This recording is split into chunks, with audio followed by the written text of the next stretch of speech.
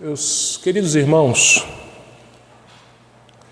nós temos estudado aos domingos pela manhã o livro de Atos. Domingo passado nós terminamos o capítulo 1 de Atos.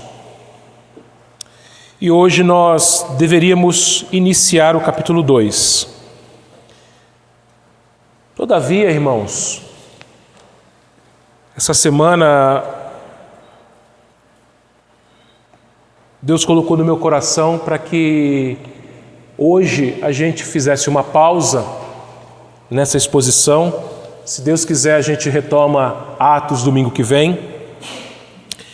E em decorrência da proximidade de eleição para presbítero em nossa igreja,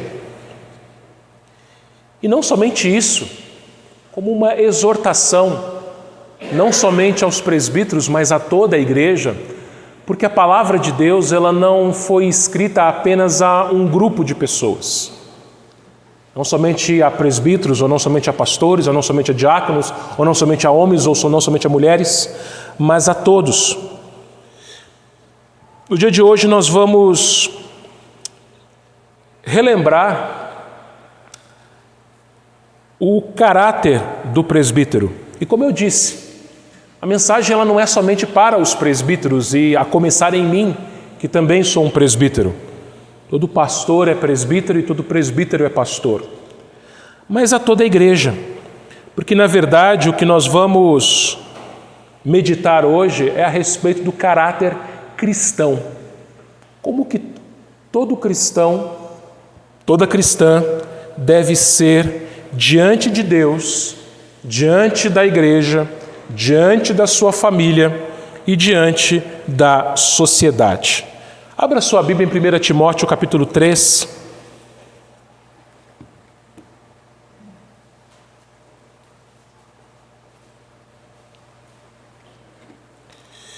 E nós vamos ler do verso 1 ao verso 7.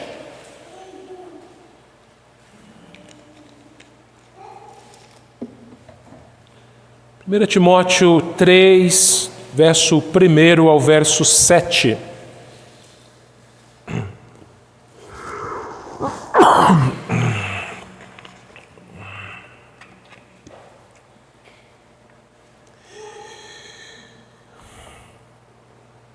Fiel é a palavra. Se alguém aspira ao episcopado, excelente obra almeja. É necessário, portanto, que o bispo seja irrepreensível, esposo de uma só mulher, temperante, sóbrio, modesto, hospitaleiro, apto para ensinar, não dado ao vinho, não violento, porém cordato, inimigo de contendas, não avarento, e que governe bem a própria casa, criando os filhos sob disciplina, com todo respeito. Pois, se alguém não sabe governar a própria casa, como cuidará da igreja de Deus? Não seja neófito, para não suceder que se ensoberbeça e incorra na condenação do diabo. Pelo contrário, é necessário que ele tenha bom testemunho dos de fora, a fim de não cair no opróbrio e no laço do diabo. Como eu falei, meus irmãos, esse texto ele é uma orientação do apóstolo Paulo ao seu jovem filho na fé, Timóteo, a respeito do caráter do presbítero. E Paulo, ele coloca essas orientações depois de ele falar a respeito dos falsos mestres. Aqui, se os irmãos voltarem um pouco, no capítulo 1, Paulo vai falar exatamente sobre isso, sobre falsos mestres. Depois, no capítulo 2, ele vai falar sobre oração e sobre o culto. E mais tarde, também ele vai falar sobre falsos mestres. E bem no meio da carta, então, Paulo ele vai falar das características de um bom mestre, de um bom servo de Deus, de um bom pastor, de um bom presbítero, de um líder da Igreja de Deus que se assemelhe com o Senhor Jesus Cristo. Mas, como eu disse, são características que não devem estar presentes apenas nos líderes, nos presbíteros, nos pastores, mas em todo o crente. Por quê? Porque é do meio da igreja que saem os líderes. Todo pastor um dia foi membro de igreja, ficou sentado num banco aprendendo. E todo presbítero regente, ele foi eleito pela igreja, foi escolhido dentre a membresia da igreja.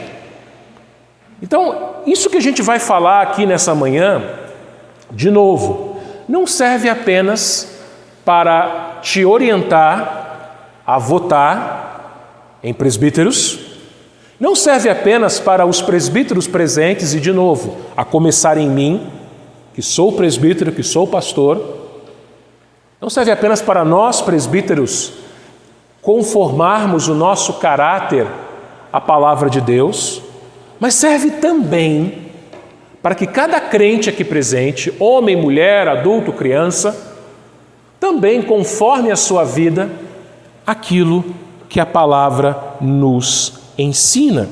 E Paulo inicia esse texto dizendo o seguinte: fiel é a palavra. Fiel é a palavra. Paulo, como eu disse, ele começa então a metade da sua carta dizendo algo que vai chamar a nossa atenção. Não é a palavra de Paulo, não é a opinião de Paulo, não é aquilo que Paulo pensa, mas é aquilo que a palavra diz, porque a palavra de Deus ela é fiel. Deus é fiel à sua palavra e Deus cumpre toda a sua palavra. E quando Paulo vai iniciar aqui a sua fala, é Deus quem está falando. Paulo, a exemplo dos outros autores bíblicos, Paulo ele foi inspirado pelo Espírito Santo, a exemplo dos outros autores. Então, o que Paulo escreve aqui é palavra de Deus. E quando um pregador, quando um pastor, ele expõe a palavra de Deus, ele não está inspirado pelo Espírito Santo, mas iluminado, usado pelo Espírito Santo para transmitir à igreja a palavra de Deus. Então, o que nós vamos ver a partir de agora não é a palavra de Paulo, nem a palavra do pastor Múcio, mas é a palavra de Deus, que é fiel, que é fiel. Nós devemos conformar, meus irmãos, o nosso caráter, a nossa vida, aquilo que a palavra fiel de Deus requer de nós. É a palavra de Deus. Por isso, queridos irmãos, nós precisamos estar saturados da palavra. O crente é aquela pessoa que se enche da palavra, que se alimenta da palavra, que tem prazer na palavra. O crente é aquela pessoa que não desvia as suas atenções para as coisas desse mundo, mas ele tem como foco da sua vida a palavra de Deus. Percebam, meus irmãos, que nós vivemos numa época em que a palavra possui muitos concorrentes. É fácil você desviar a sua atenção. É fácil você pegar o seu celular e ficar vagando na internet, em redes sociais, em vídeos, em sites. É fácil você se encontrar com alguém e ficar jogando conversa fora. É fácil você deixar a sua Bíblia fechada na sua casa. Aliás, o nosso grande inimigo, ele odeia quando você e eu lemos a Bíblia, estudamos a Bíblia e praticamos o que a Bíblia ensina. Quantas vezes você não abriu a Bíblia na sua casa para ler e te deu sono? Quantas vezes você abriu a Bíblia na sua casa para ler e você se lembrou que tinha que fazer uma outra coisa e você fechou a Bíblia e foi fazer outra coisa? Quantas vezes você abriu a sua Bíblia na sua casa para ler e a sua mente ficou longe, dispersa e você não conseguiu prestar atenção naquilo que você estava lendo? Porque é isso que o inimigo faz. E a nossa natureza pecaminosa não vai querer palavra de Deus. É semelhante àquele filho, àquela filha, que quando o pai está falando, o filho ou a filha finge que está ouvindo. Está ali, de corpo presente, mas está distante. O pai está lá falando, dando instrução, corrigindo, orientando. A mãe está lá orientando, disciplinando, e o filho ou a filha longe.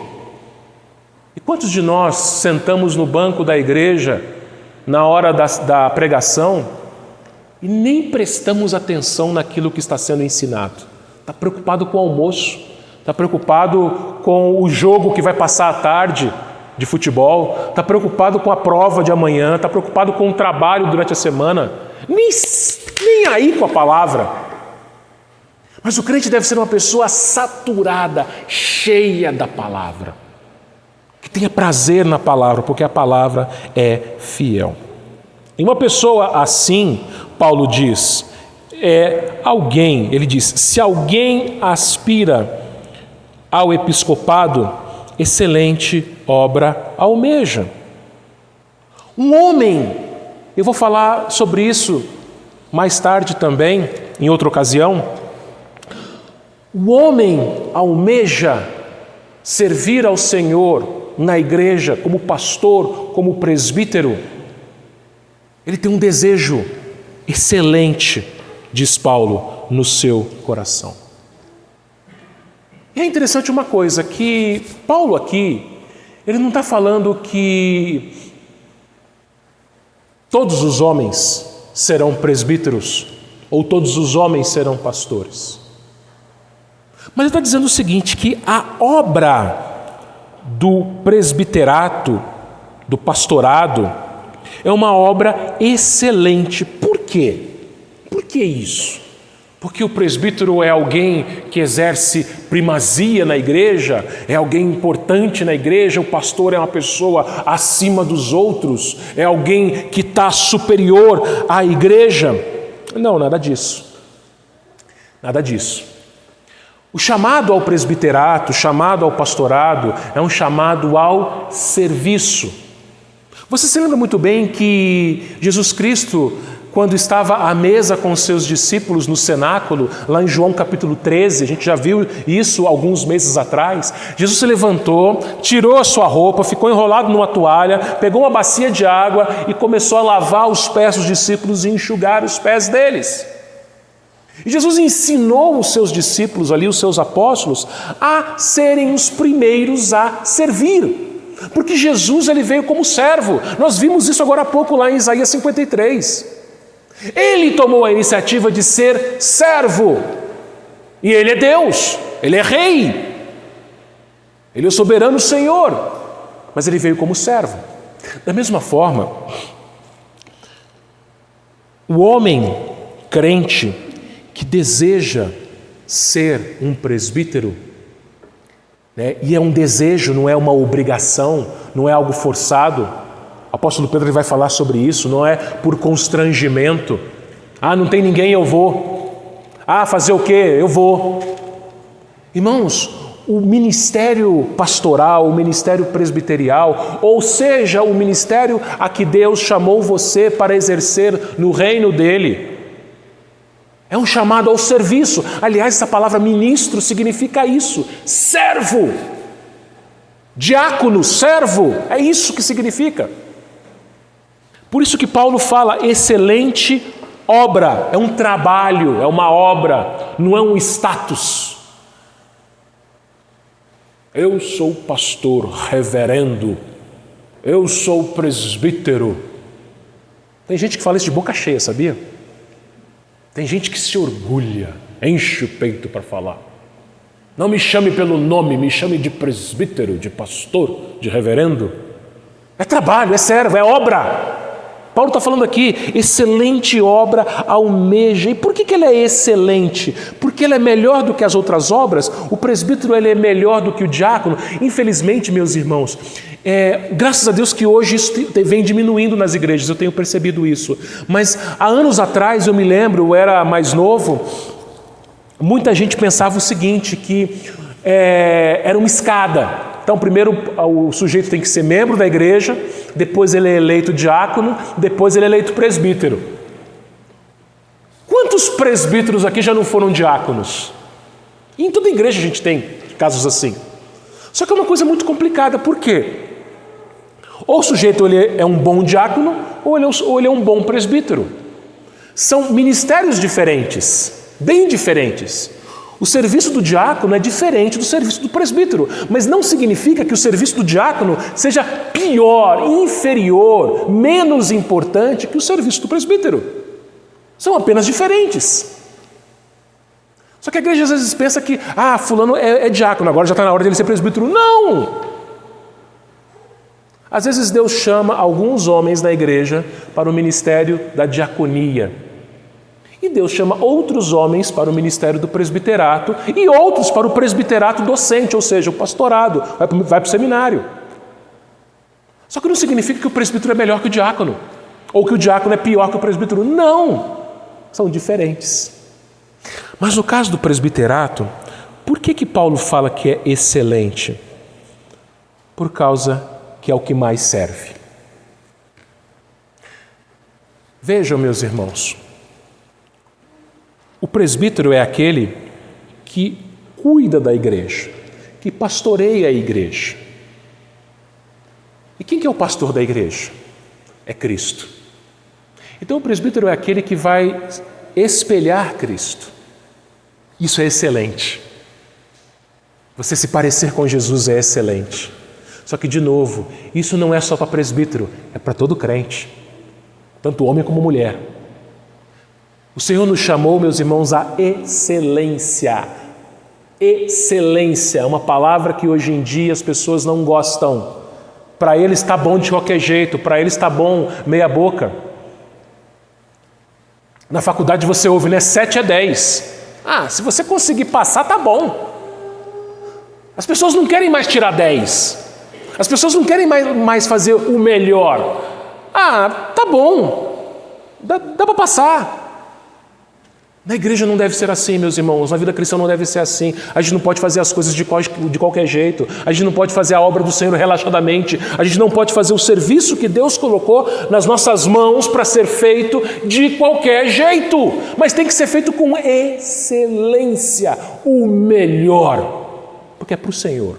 Seja você um presbítero, seja você um diácono, seja você uma irmã da SAF, seja você um jovem, seja você um homem na igreja, seja você uma criança, um adolescente, um idoso, Deus Ele te chamou a uma vida de excelência. E vida de excelência é vida de serviço excelente. Você serve ao Senhor com excelência. Eu falei isso alguns domingos atrás e eu repito, o nosso culto tem que ser um culto excelente. Alguns irmãos vão se lembrar de uma ilustração que eu fiz aqui ano passado, quando eu peguei uma cadeira e coloquei aqui e falei para você o seguinte: imagine que nessa cadeira estivesse sentado Jesus Cristo, olhando para vocês, e vocês estivessem exaltando, adorando e louvando Ele que está sentado aqui. Como que você acha que seria a fisionomia dele? Ele ia gostar? Ia dar sono em Jesus? Ia dar nojo? Pastor, que nojo? Como assim? Lembra que Isaías escreveu no capítulo 1 do seu livro que Deus ele tinha nojo do culto hipócrita de Judá naquela época. E é possível, meus irmãos, que a igreja ofereça um culto nojento a Deus, quando seus corações estão longe de Deus, quando não é oferecido com excelência. Presbiterato é uma excelente obra. Todos nós somos chamados também, meus irmãos, a trabalharmos a Deus, a sermos servos do Senhor com vidas excelentes. Aí ele vai começar no versículo 2, então, a falar das características do presbítero. Ele vai dizer o seguinte, no versículo 2: é necessário, portanto, que o bispo seja irrepreensível.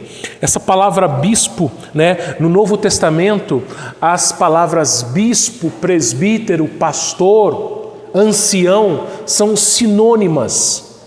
Dá a ideia de supervisão, de cuidado. Então, o bispo que é a mesma coisa que presbítero, que é a mesma coisa que pastor, é aquela pessoa que cuida da igreja, que cuida das almas. E como que deve ser a vida dessa pessoa? Ele começa irrepreensível. O que é irrepreensível? Irrepreensível a gente pode entender como uma palavra que vai resumir tudo que ele vai falar daqui para frente. Tudo que ele vai falar daqui para frente, até o versículo 7, é sinônimo de irrepreensível. Resumo: irrepreensível. Irrepreensível significa alguém que está acima das críticas, alguém que é visto como modelo, alguém que é digno de ser seguido, alguém que tem uma vida exemplar. Não significa uma pessoa que não tem pecado, uma pessoa perfeita, não é isso. O presbítero não é perfeito. O presbítero é pecador, como qualquer um. Só que é aquela pessoa que busca santidade, que busca o crescimento na vontade de Deus. Então o presbítero é aquela pessoa, e quando eu falo presbítero de novo, presbítero regente e o presbítero docente, que é o pastor. O presbítero é aquela pessoa que ele tem um desejo grande no seu coração de ser alguém santo, parecido com Jesus. Ser alguém que molde a sua vida, o seu caráter, o seu comportamento, a palavra de Deus. O presbítero tem que ser aquela pessoa que olha para Jesus e fala assim: eu quero ser como ele. Para que a igreja olhe para o presbítero e fale: eu quero ser como ele. Lembra o que Paulo disse? Sede meus imitadores, como eu sou de Cristo. Então Paulo fala o seguinte: eu imito a Cristo. Se vocês olharem para a minha vida, vocês vão ver Cristo. Então, não somente olhem para a minha vida, mas façam o que eu faço. Exatamente isso. O presbítero tem que ser aquela pessoa que fala para a igreja, que mostra para a igreja: faça o que eu faço. Olhe para a minha vida e me copie. Pedro fala isso, né? Que os presbíteros eles têm que ser modelos do rebanho. Isso é o irrepreensível, alguém que molda a sua vida à palavra de Deus. Vou te fazer uma pergunta. Como é que uma criança cresce? Como é que uma criança cresce? Comendo. Se a criança não comer, ela não vai crescer. Depois que você fica adulto, você continua crescendo, só que para os lados e para frente, comendo. Agora a criança não, a criança ela tem muita energia, ela vai gastar energia, então ela precisa comer. Ela precisa comer, e quanto mais ela comer, uma alimentação saudável, lógico, né? Ela não é só comer doce, não é só tomar refrigerante, não é só comer besteira, salgadinho, mas comer arroz, feijão, salada, carne. Ela vai crescer.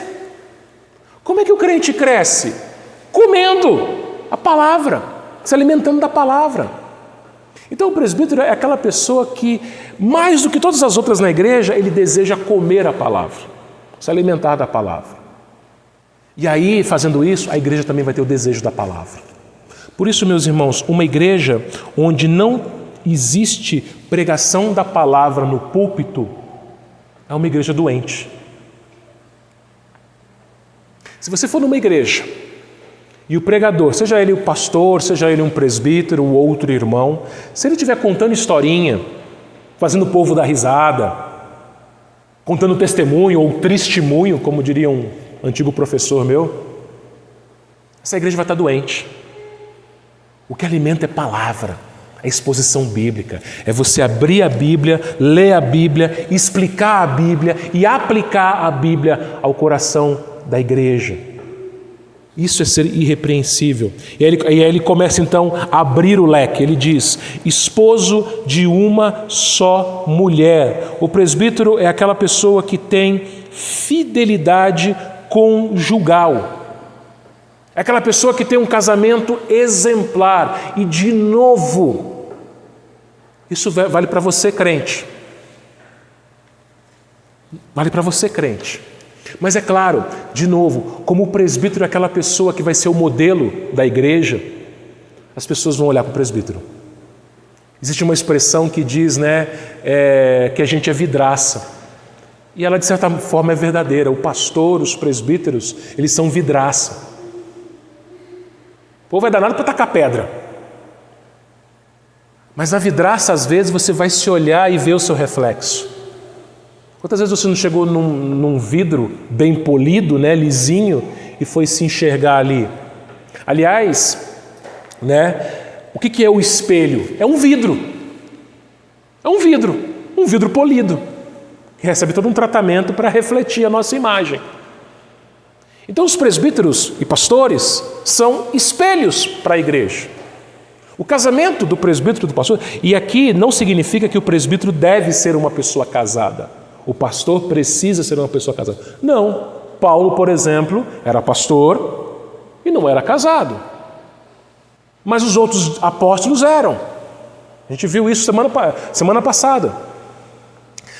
Então, se o presbítero for casado, se o pastor for casado, ele deve ser esposo de uma só mulher. Ele é devoto a uma só mulher, a sua esposa. Quantos líderes de igreja, quantos pastores, quantos presbíteros caíram nesse ponto, em adultério? A gente conhece alguns, né? A gente já ouviu falar de alguns. Por isso, o casamento do presbítero e o casamento de qualquer crente deve ser espelhado no casamento de Cristo com a sua igreja. Abra sua Bíblia em Efésios 5:25. Efésios 5:25. E é interessante, antes de eu ler Efésios 5:25, que Paulo escreveu a Timóteo, e Timóteo, nessa época, era o pastor dessa igreja, a igreja de Éfeso. Então, aquilo que Paulo está falando para Timóteo, a igreja de Éfeso já sabia a respeito do casamento. Efésios 5:25. Maridos, amai vossa mulher, como também Cristo amou a igreja e a si mesmo se entregou por ela. Então, o que é? O presbítero, o pastor, ele deve ser um marido que se sacrifica pela sua esposa, da mesma forma como Cristo se sacrificou pela sua igreja. E você, crente, que não é presbítero, homem, marido que está aqui, deve ter a mesma atitude de sacrifício. Sacrifício. Por quê? Você, presbítero, você, eu, pastor, a gente só vai se dispor a se sacrificar pela igreja se antes a gente se sacrificar pela esposa da gente. Marido de uma só mulher. Depois ele diz aqui, temperante. O que é temperante? É alguém que não possui extravagâncias, alguém que não seja conhecido pelos excessos. É alguém que seja uma pessoa tranquila, que não se excede. Ligado a isso, a próxima palavra, sóbrio. Alguém que tenha domínio próprio, que seja acima de qualquer vício. Porque pode ser que você não beba, mas não significa que não seja possível que você tenha vícios.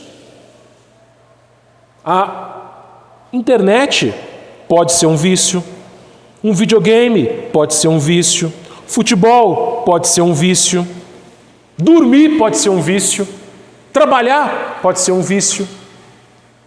Mas alguém que tem domínio próprio, que não é dominado por vícios, mas é dominado pelo Espírito Santo. Depois ele diz, modesto, ou seja, alguém decente, que tem uma vida honesta, uma vida ordeira, tem um bom comportamento. É uma pessoa que você olha para ela e você vê uma vida ordeira, organizada.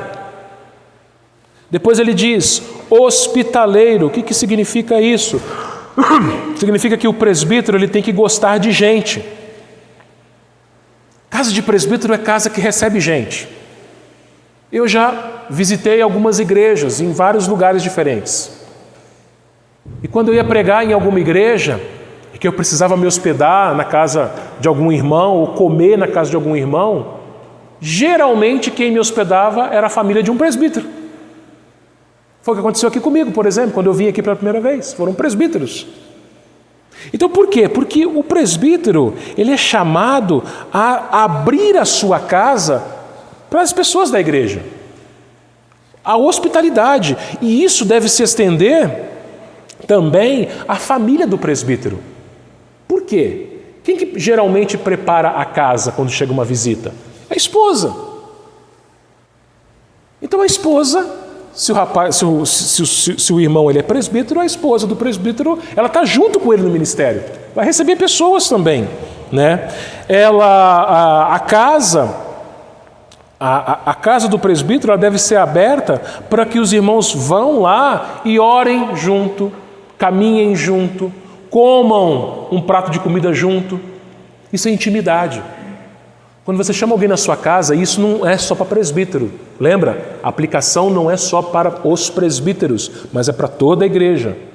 A casa do cristão é uma casa onde deve haver hospitalidade. Aqui para frente, aqui em 1 Timóteo, capítulo 5, Paulo vai falar que as viúvas, elas devem ser hospitaleiras. 1 Timóteo 5,10. Seja recomendada pelo testemunho de boas obras, tenha criado filhos, exercitado hospitalidade. Quer dizer, isso vale para qualquer pessoa, desde o presbítero até a viúva.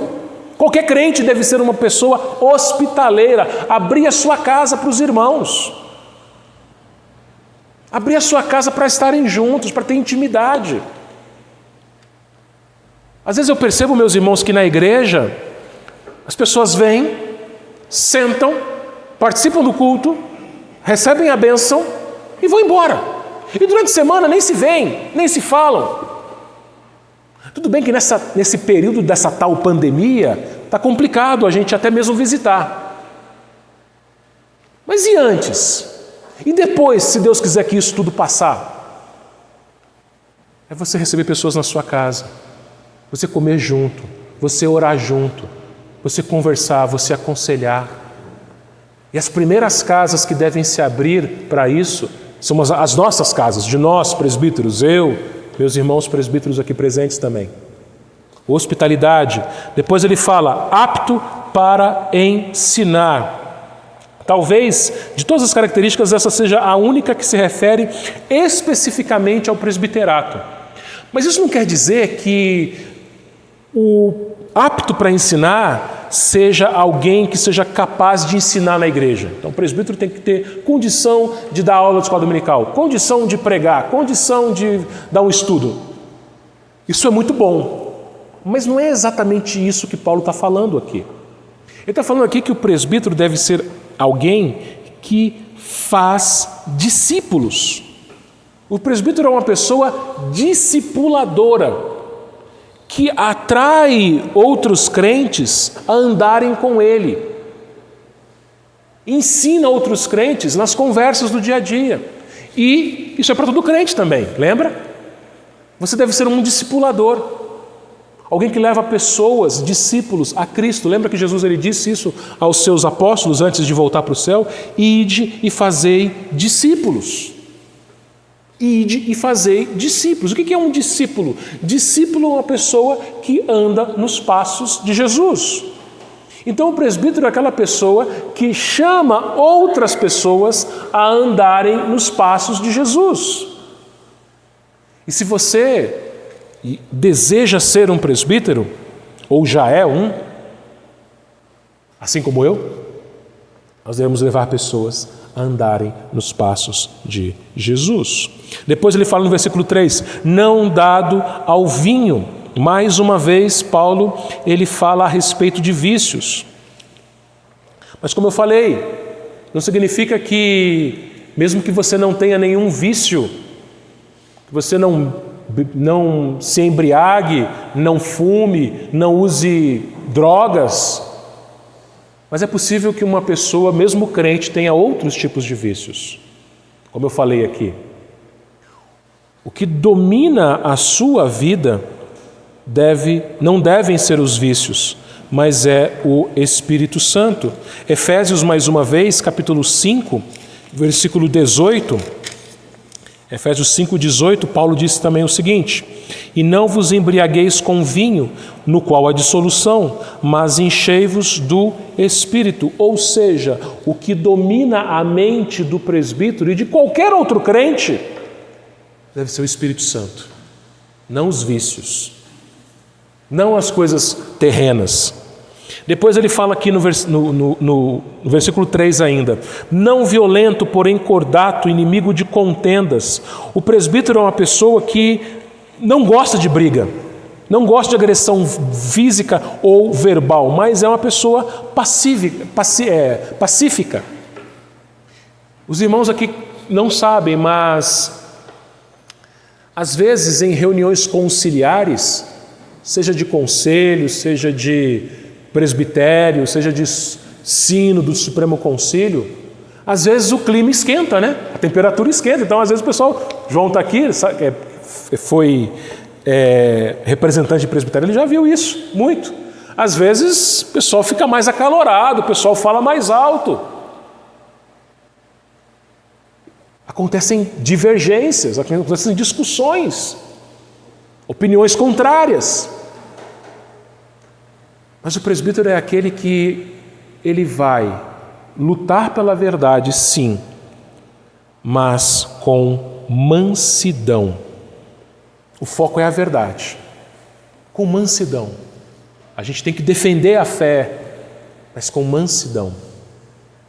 Então o presbítero, às vezes ele vai precisar falar firme, mas manso. Ele vai ter que falar de uma maneira mais rígida, mas manso. É diferente, percebe? Uma coisa é violência, outra coisa é firmeza. O presbítero não é aquela pessoa violenta, agressiva, mas ele é firme, mas manso. E todo crente deve ser assim também. Depois ele diz: não avarento, final do versículo 3. Os falsos mestres, que Paulo fala aqui nessa carta, eles amavam o dinheiro. Aqui no capítulo 6, Paulo ele vai falar justamente isso, né, do versículo 3 até o versículo 10. Quando chega no versículo 10, ele diz, 1 Timóteo 6,10: porque o amor do dinheiro é a raiz de todos os males, e alguns nessa cobiça se desviaram da fé e a si mesmos se atormentaram com muitas dores. O amor ao dinheiro, ele vai ofuscar as decisões dos presbíteros. Um presbítero avarento, e esse pecado, ele é maior até nos pastores. Por quê? Porque os presbíteros, eles são pastores voluntários. Qual que é a diferença entre presbítero e pastor? Não sei se você já parou para pensar nisso. Qual que é a diferença? A grande diferença? Ou a única diferença eu posso falar? A diferença é a seguinte, eu vou falar que é a única, na minha opinião. A única diferença entre presbítero e pastor é que o pastor, ele dedica integralmente o seu tempo ao cuidado da igreja. O presbítero, ele tem outras atividades, ele tem a sua profissão, ele tem o seu emprego. Então ele vai cuidar da igreja também, ele vai ensinar a igreja também, mas não de dedicação de tempo integral, ele vai ter outras profissões. O pastor não, ele dedica a sua vida integral, o seu tempo integral. Essa é a única diferença, mas o trabalho é o mesmo, o serviço é o mesmo. Então, por dedicar-se integralmente à igreja, o pastor ele recebe o seu sustento da igreja. Ele não tem uma profissão, ou às vezes tem, mas ele não está exercendo a sua profissão. Então ele vai receber o seu sustento da igreja. E às vezes o pastor, ele pode cair nesse pecado da avareza, do amor ao dinheiro. E vários caíram. Mas não é exclusividade do pastor. Alguns presbíteros e alguns membros da igreja também têm os olhos brilhando quando veem o ouro e a prata. Amam o dinheiro, querem ficar ricos, querem ter coisas, querem comprar coisas, querem encher sua casa de coisas, querem ganhar mais dinheiro e trabalham, não para sustentar a sua família, mas para ganhar dinheiro. São sedentos pelo dinheiro. Paulo fala, o presbítero não deve ser assim e nenhum crente deve ser assim. Versículo 4, que governe bem a sua própria casa, criando os filhos sob disciplina com todo respeito. Ou seja, o presbítero, antes de ser presbítero, ele tem que ser um bom, primeira coisa, um bom marido. O homem casado, o homem crente casado, a primeira coisa é que ele tem que ser um bom marido. Deus te chamou, meu irmão, para ser marido. Mesmo que você não seja presbítero, mesmo que você não seja diácono, mesmo que você não seja pastor, mesmo que você, não importa a profissão que você tenha, aquilo que você faz, Deus chamou você, meu irmão, que é casado, para ser marido. Marido. A pessoa que você tem que mais amar nessa vida, abaixo de Deus, é a sua mulher, é a sua esposa. É a pessoa a quem você vai dedicar a sua vida, é a pessoa que você vai se sacrificar por ela, entregar a sua vida por ela, é a sua esposa. Então a primeira coisa para um presbítero é ele ser bom marido. Eu tive um professor, reverendo George Canelhas. Ele foi pastor na igreja presbiteriana da Vila Maria, lá em São Paulo. E ele disse o seguinte, que tinha ou ainda tem, já faz um tempo que ele disse isso, uma irmã na igreja, nessa igreja, que ela dizia o seguinte, que antes de ela votar para qualquer irmão candidato ao presbiterato, ela chegava na esposa desse irmão e perguntava para a esposa desse irmão como que ele era como marido.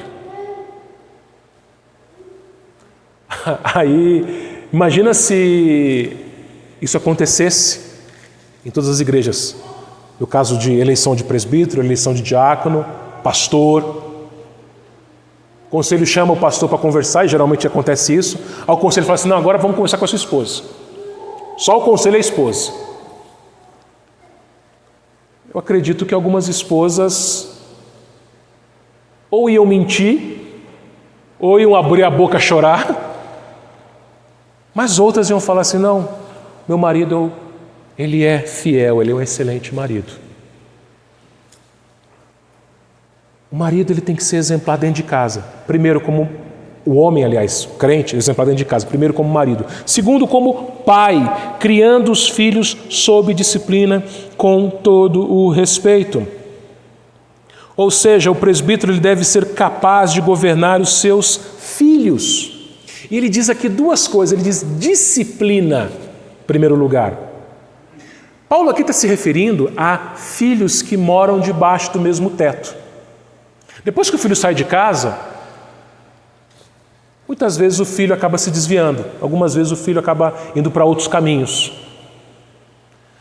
Mas se você tem um filho debaixo do seu teto, você tem aquele filho, aquela filha, debaixo da sua autoridade.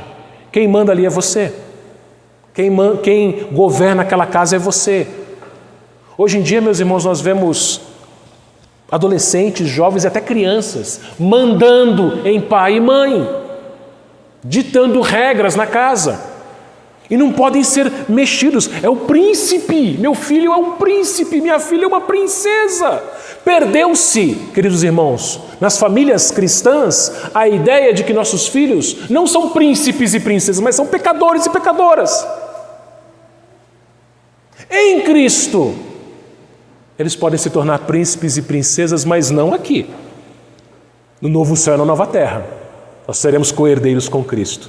Mas aqui nós somos pecadores e temos que lutar contra os nossos pecados e temos que nos arrepender dos nossos pecados. Então a gente precisa ensinar nossos filhos a se arrependerem dos seus pecados e olharem para Cristo e fazerem a vontade de Deus. Disciplina. Ou seja, o presbítero é aquela pessoa que governa a sua casa de tal forma que os seus filhos são filhos disciplinados, ordeiros. Os filhos, de novo, aqueles que estão debaixo do seu teto, aqueles que estão sob os seus cuidados. Com todo o respeito, ou seja, são filhos que respeitam os seus pais. E a igreja observa isso. Porque Paulo vai dizer aqui no versículo 5, pois se alguém não sabe governar a sua própria casa, como cuidará da igreja de Deus? Quer dizer, se o irmão não é um bom marido e não é um bom pai, como que ele vai ser um bom presbítero ou um bom pastor? Então, primeiro, é para nós, presbíteros, pastores, mas isso vale para todos os homens. Depois ele diz, versículo 6, não seja neófito. O que significa essa palavra? Significa literalmente planta nova. O neófito é alguém que foi plantado há pouco tempo no Evangelho. E uma planta nova é uma planta que as suas raízes elas não são profundas. Uma planta nova, ela é fácil de você arrancar ela da terra. A planta, para que ela seja madura, para que ela dê frutos, ela precisa passar um tempo ali. Ela precisa passar por chuvas, por sol, por geadas. Ela tem que passar por uma experiência. Por isso, não deve haver pressa para se tornar um presbítero. Mas Deus chama no tempo certo. Moisés, por exemplo, foi chamado para o ministério com 80 anos de idade. Mas isso não significa que presbítero sejam somente homens idosos. Não é isso. Não é isso. Às vezes, meus irmãos, é possível que homens mais velhos dentro da igreja sejam imaturos. E o contrário também é verdadeiro. Às vezes pode acontecer de jovens, homens jovens, serem maduros na fé. O próprio Timóteo. Timóteo era jovem e já pastoreava uma igreja. Então, queridos irmãos, a questão principal aqui não tem a ver com a idade. Não tem 40 anos ainda, então não pode ser presbítero. Não. É a maturidade na fé. E a igreja observa isso. É a maturidade, não da sua idade propriamente dita. Deveria ser. À medida que a gente envelhece, a gente deveria ficar mais maduro, mais sábio. Deveria ser assim. Mas nem sempre acontece. Como eu falei, eu já vi pessoas com 60 até 70 anos de idade que têm cabeça de moleque. E já vi rapazes de 20 e poucos anos responsáveis, maduros, sérios na palavra de Deus. Então isso não é idade propriamente dito, mas é a sua maturidade na fé. E Paulo então agora ele vai sair da igreja e da casa e vai para... Aliás, desculpa, não conclui o versículo 6. Né? Por que não deve ser neófito? Não conclui o versículo 6. Versículo 6. Não seja neófito para não suceder que se ensoberbeça e incorra na condenação do diabo. Então, uma pessoa nova na fé, imatura na fé, se ela receber um cargo na igreja, ela vai ser soberba. O que o diabo fez com Eva? A serpente fez com Eva. Se você comer do fruto, você vai ser igual a Deus, conhecedor do bem e do mal. Soberba, eu quero ser como Deus. Por isso, meus irmãos, deve ser alguém maduro, alguém que sabe lidar com o cargo. E de novo, não é só o presbiterato. Irmãos, a igreja deve ser formada por pessoas maduras. E cargo não amadurece ninguém. Às vezes a gente comete o erro de dar um cargo para alguém e falar assim, vamos dar um cargo para essa pessoa que essa pessoa vai ficar na igreja. Ou então ela vai voltar para a igreja. Ou então ela vai aprender. Não é cargo que amadurece pessoas, é o Evangelho. É andar com Cristo. Aí, uma vez que ela andou com Cristo, ela amadureceu na fé, aí ela pode ou não exercer um cargo na igreja. Uma liderança na igreja. Depois ele diz aqui no versículo 7, agora sim. Pelo contrário, é necessário que ele tenha bom testemunho dos de fora, a fim de não cair no opróbrio e no laço do diabo. Agora, como eu disse, o presbítero deve ser alguém primeiramente irrepreensível na sua casa. Primeiro, o presbítero tem que ser um bom marido, um bom pai. Aí, um bom servo de Deus dentro da igreja, no meio dos crentes, e dando um bom testemunho para com os de fora. Mateus capítulo 5, versículo 16. Mateus 5,16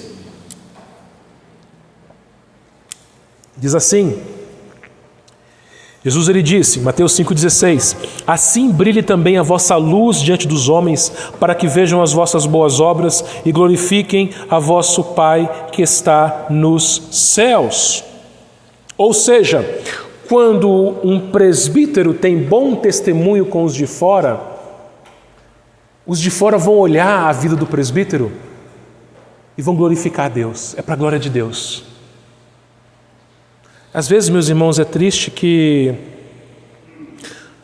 as pessoas de fora olham para a vida de pastores, de presbíteros, de membros da igreja, e são pessoas mal faladas, são pessoas que não dão um bom testemunho no meio do povo. E agora eu vou falar do nosso quintal, Itaboa. Aqui é pior, sabe por quê? Porque aqui é pequeno. Todo mundo conhece da vida de todo mundo. Todo mundo sabe o que todo mundo faz. Se você tosse dentro da sua casa, todo mundo ouve. É verdade. Se você falar mais alto com seu filho dentro da sua casa, eles vão falar que você está agredindo seu filho. É verdade. Lugar pequeno é assim. Por isso que aqui, eu digo, é mais difícil você dar um bom testemunho. Porque as pessoas, elas estão de olho, elas estão te observando, cada passo que você dá.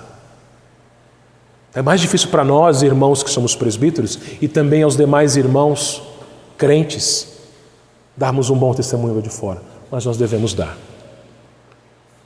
Para que assim o nome de Cristo não seja envergonhado. Para que assim as pessoas olhem para a igreja do Senhor e falem: aquela igreja tem membros que são diferentes, que são pessoas diferentes. Os homens daquela igreja são bons maridos, bons pais. As mulheres daquela igreja são boas esposas, boas mães. As jovens, as adolescentes daquela igreja são moças obedientes, que respeitam seus pais. Os jovens, a mesma coisa. Então, meus irmãos, o que eu quero dizer para vocês finalmente? Primeiro, tudo isso que eu falei, de novo, são características esperadas de todos os crentes. O que eu falei aqui não é só para presbítero, é para todo crente. Segundo, a gente não consegue fazer essas coisas se não for pela graça de Deus. Não é pelo nosso esforço. Eu vou me esforçar para ser melhor. Não. Sozinho você e eu não conseguimos fazer nada. Nós devemos sim nos esforçar, mas contando com a graça de Deus. É pela graça que a gente consegue. Também, ore pelo seu conselho, ore pelos seus presbíteros.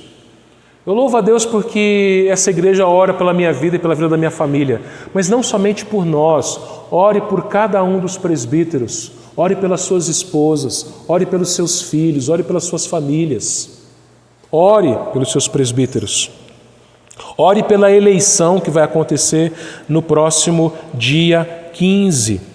Indique uma pessoa que você sabe que se esforça para atender essas características e que você também peça a graça de Deus e se esforce para servi-lo de maneira que o agrade. Que o Senhor nos abençoe, meus irmãos. Nós vamos orar mais uma vez e em seguida recebemos a bênção do Senhor.